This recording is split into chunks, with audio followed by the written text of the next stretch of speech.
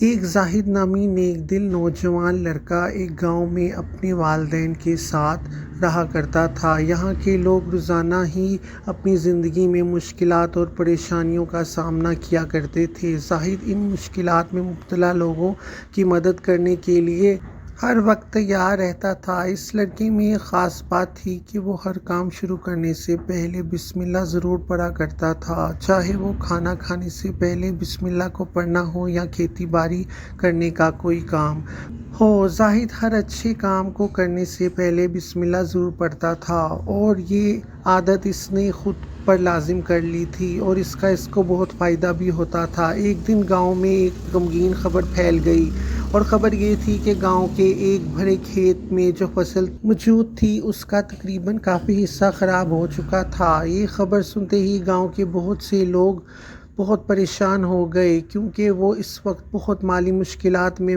بھی مبتلا تھے۔ پھر گاؤں کے بزرگ لوگوں نے مل کر ایک فیصلہ کیا کہ ہمیں مل کر کھیتوں میں ایک اجتماع منعقد کرنا چاہیے۔ اس میں ہم سب مل کر اللہ پاک کا ذکر کریں گے اور اللہ پاک سے دعا بھی کریں گے کہ ہماری یہ مشکل ہم سے دور ہو جائے، آمین۔ پھر کچھ دنوں بعد ہی کھیتوں میں وہی اجتماع منعقد کیا جاتا ہے جس کا سب کو کہا جاتا ہے۔ اس اجتماع میں زاہد بھی موجود ہوتا ہے۔ وہ اجتماع جب شروع ہوا تو زاہد نے دیکھا کہ لوگ بے حد پریشان ہیں اور ان کے چہروں پر غم صاف ظاہر ہو رہا ہے۔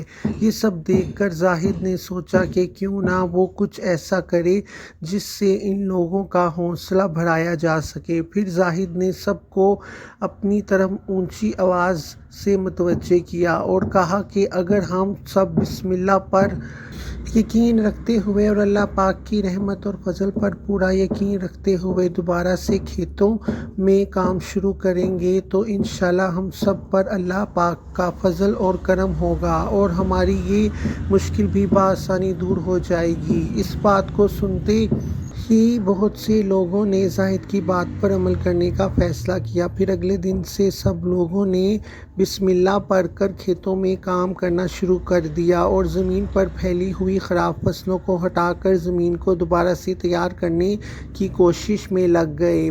پہلے دن تو کچھ خاص فرق نظر نہیں آیا لیکن زاہد اور باقی لوگ ہر روز باقاعدگی سے کھیتوں میں کام کرنے سے پہلے اللہ پاک کا نام لیتے اور بسم اللہ پڑھتے اور محنت کرتے رہے۔ کچھ دن بعد زاہد نے اپنی روزانہ کی عادت کے مطابق بسم اللہ پڑھ کر کھیتوں میں کام کرنا شروع کیا۔ اس دن زاہد عجیب ہی منظر دیکھتا ہے کہ کھیتوں میں ایک نئی قسم کی سبزیاں اور پودے اگ آئے ہیں جو کہ اس سے پہلے یہاں موجود نہیں تھے۔ یہ سب بسم اللہ کے پڑھنے کی برکت کی وجہ سے ہوا تھا۔ جب یہ منظر گاؤں کے باقی لوگوں نے دیکھا تو وہ یہ دیکھ کر بہت خوش ہوئے۔ پھر گاؤں کے سبھی لوگوں نے زاہد کے ساتھ مل کر باقاعدگی سے کھیتوں کی اچھے سے دیکھ بھال شروع کر دی۔ دن بعد دن زمین میں بہتری آتی گئی اور فصلوں کی حالت بہتر سے بہتر ہوتی گئی۔ اس کی وجہ سے گاؤں میں خوشحالی کی لہر آ گئی اور گاؤں کا ہر ایک شخص یہ بات ماننے لگا کہ بسم اللہ پڑھنے کی برکت سے ہر ایک مشکل آسان ہو سکتی ہے۔ چند ہی ہفتوں کے بعد کھیتوں کی حالت اتنی بہتر ہو چکی تھی کہ وہ مکمل تیار ہونے کے قریب تھے جس کی وجہ سے کسان بھی بہت خوش ہو گئے تھے اور زاہد کی محنت کی وجہ سے گاؤں کے لوگ بھی اس کی تعریف کرنے لگے۔